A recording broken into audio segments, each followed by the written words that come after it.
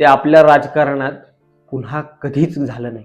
पुण्यातल्या टिळक स्मारक मंदिरात 6 फेब्रुवारी 1956ची ती संध्याकाळ. बाहेर खूप तणाव होता, पण आत जे घडत होतं ना ते आपल्या राजकारणात पुन्हा कधीच झालं नाही.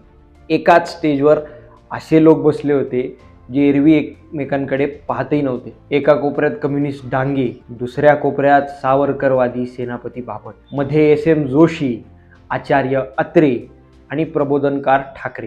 विचार करा, ही सगळी माणसं विचारांनी एकमेकांचे कट्टर शत्रू, पण त्या दिवशी त्यांच्या मनात फक्त एकच जिद्द होती, मुंबईसह संयुक्त महाराष्ट्र. तिथेच जन्म झाला संयुक्त महाराष्ट्र समितीचा. पण तुम्हाला सांगू, ही समिती फक्त नेत्यांची नव्हती. या समितीमध्ये 2 अशी माणसं होती ज्यांच्या आवाजामुळे मराठी माणूस जेवणाचं ताट सोडून रस्त्यावरही यायला तयार होता, आणि आला सुद्धा.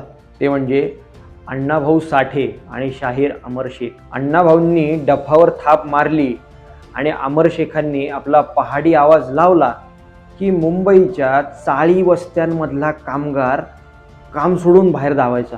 माझी मैना गावाकडे राहिली असं म्हणत जेव्हा अण्णाभाऊंनी मुंबईचं दुःख मांडलं, तेव्हा प्रत्येक मराठी माणसाचं काळीज पिळवटून निघालं. नेत्यांची बुद्धी आणि शाहिरांचा आवाज जेव्हा एकत्र आला, तेव्हा दिल्लीला खरोखरच घाम फुटला होता. विचारांच्या भिंती कोसळल्या होत्या आणि फक्त एकच आवाज घुमत होता, मुंबईसह संयुक्त महाराष्ट्र झालाच पाहिजे.